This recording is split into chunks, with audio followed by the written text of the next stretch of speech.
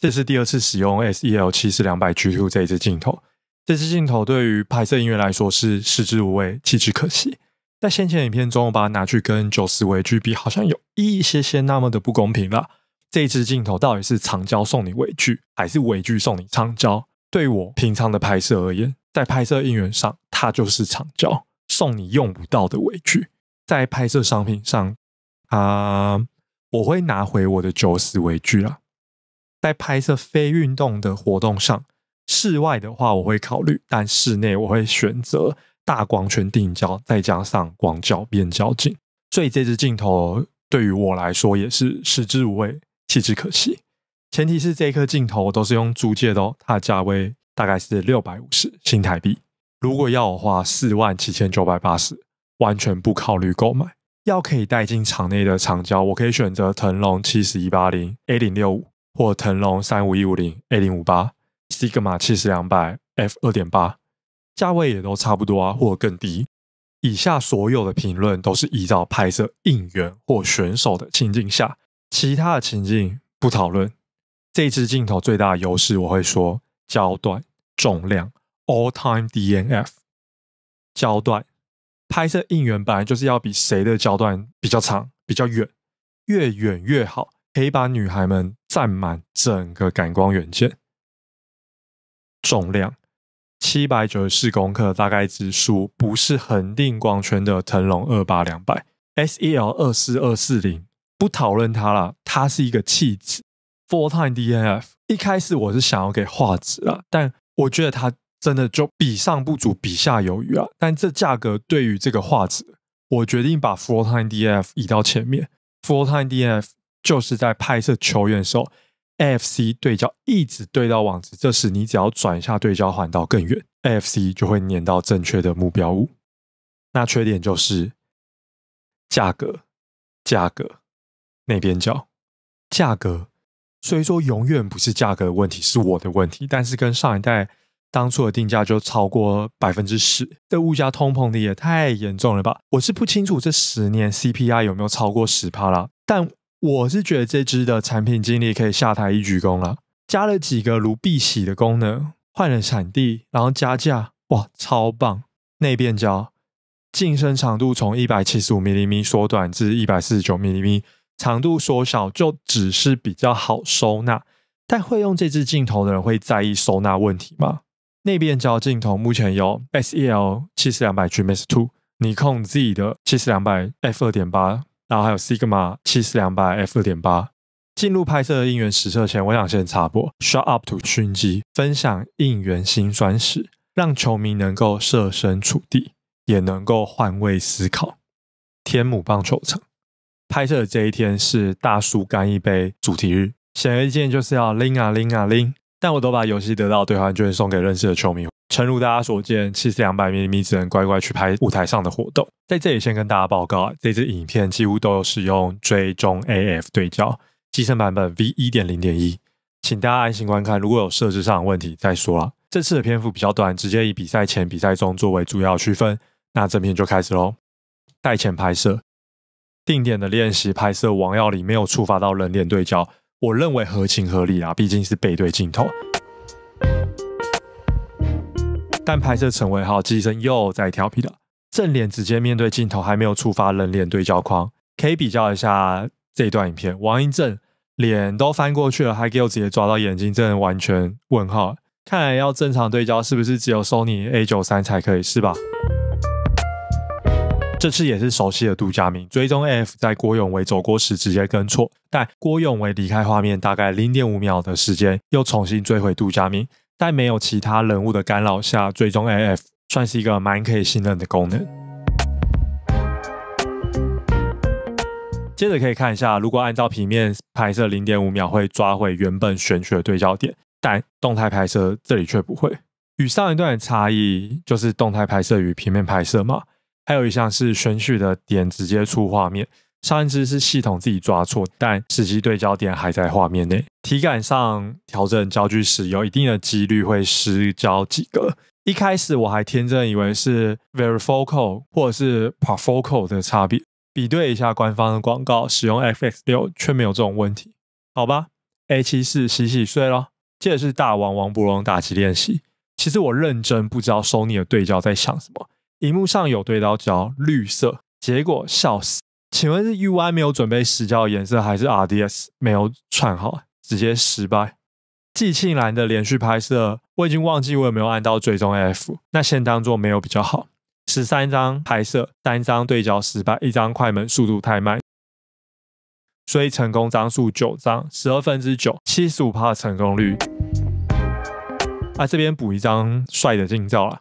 洪伟汉这一支影片完全准焦，扣除中间我手太晃的那一部分。这一段是蒋少红跟看台区小朋友传接球暖身，基本款拍摄准焦也是合情合理啦。那许若曦赛前暖身也不是什么一个大范围运动，拍摄起来也是要100%成功的啊。这边嘴臭一下，刚好拍摄龙之子的时间，光线就是外拍人像的黄金时段，太阳带点斜度会让拍摄者变得超立体，所以不要再说马鲁马鲁怎么这一场拍摄特别棒，抱歉，也是要拍的棒叠加今日阳光才会变特别棒啊。比赛中的拍摄选手，天母棒球场先天优势就是拍摄应援的优良座位，拍摄投球也非常方便，但拍摄打击区就十分不便。但一直拍摄投球姿势很难等到有下球补位或其他动作，等到的时候我记忆卡就会没有位置拍摄应援啦。那接着看投手球上的徐若曦，平面拍摄上没有什么太大的问题啊，因为也没有调整焦距啊。前置一垒上吴念庭，使用一般 AFC 第一张对焦马斯克斯，第二张也是，第三张也是，哇！但第三张吴念庭在准焦区，所以看起来像是对准他，但其实不是。吴念庭在一垒的照片，我很确定我是用追踪 AF 对到一垒手马斯克斯之后的几张准焦没有问题。伯荣大王王伯荣这边的追踪 F 全程准焦没有问题。Dragon Beauties 小龙女这一场我收来的位置又太低，也就是上次影片所说比女孩视线还低的位置，没有错，这支镜头没有那么适合拍摄动态摄影，在这个位置，因为拍摄 4K 60帧会有 1.5 倍的裁切，平面拍摄就会紧绷，刚刚好了。新选这一张用 70mm 拍摄，大概只能拍摄2/3的人，动态拍摄就会变 105mm， 画面就会变成这样，很像影片。新选骑吗？勉强撑得下去啊，但如果要留手部的动作，那一定要切到肚脐的部分，个人不太满意。指向影片，也是很像移动就会出画面啊，但追踪 AF 蛮准的，前提是只能拍摄单人应援。那如果遇到这时候镜头带错，没有短一点的，这时只能跟后面球迷换位置，或者拍斜的小龙女，但你很高的几率拍不到他们注视你几秒钟。拍摄位置上的野生小龙女小蛙，其实明明直接刚好卡死半射，退无可退，想要冷带景都不行。后来跟后一排球迷换位置，拍摄行程70mm拍摄，边缘就会比较宽裕一点。比较时间这部分我会挑几组照片 ISO 一致的照片，且人物大小在画面上差不多的进行比较。90微距，第一组很明显，第一张照片是左边比较优质，理当也是应该要啦，因为同样是拘镜。定焦画质应该要大于变焦镜头。第二组，如果是比较眼睛的部分，我觉得是右边啊。如果是比较牙齿边的话，左边会比较清楚。由于眼珠很明显没有反射出现场，不确定是不是因为反射才让我选择右边，所以这部分先不下结论。下一组是赖可跟林香，虽然右边的转贴还蛮明显的，但头发的部分显而易见是左边比较根根分明啊。左边略深。70-200G Master 2这边只有一组可以比较啦，因为光圈 2.8 ISO 本来就会偏低，我不可能故意提高 ISO 来破坏画面吧，所以我有把加上 1.4 的增距镜放在下一个部分。这里的 Jessie 跟群群很抱歉啊，跟这一支比较1秒钟就判断出来右边获胜。70-200G Master 2加 1.4 增距镜，大哥跟 Mingo 啊，一开始看脸部上的转贴好像觉得两张照片好像差不多啊，不过我仔细看一下头发 ，Mingo 右眼上方的单一根头发就是比较明显，这应该不是大哥跟 Mingo 发质粗细度的问题吧？一开始原本只有挑慈妹跟安子轩的照片，但发现慈妹没有转贴，那是她的眼泪，所以后来我又多挑一张柠檬，右脸颊的转贴边缘交代的没有像右边安子轩这么清楚，但是啊。安之炫的转贴没有像柠檬这么复杂边缘，所以这一组比较也是没有结果。小结，同样 G 或 G Master 等级，定焦画质胜过于变焦是不变的道理，但同样品牌 G Master 画质一定会大于 G 镜，但增加 1.4 倍增距镜的 G Master 镜，我觉得跟7200 G2 不分轩轾。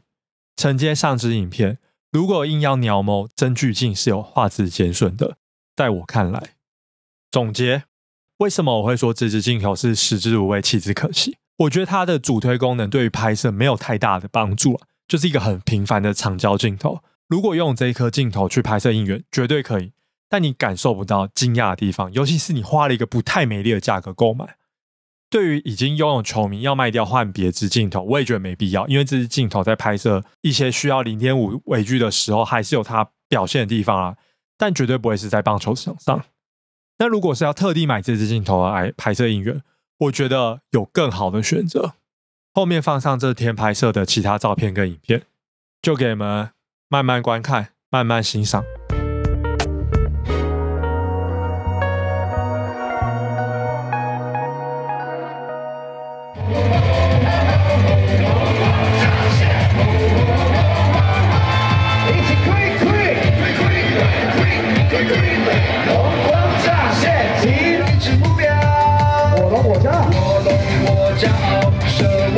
哎，口号大家喊出来，一起来，龙虎力，不要，嘿，超神号，来今天的影片就到这，敬请期待下次镜头分享，谢谢大家。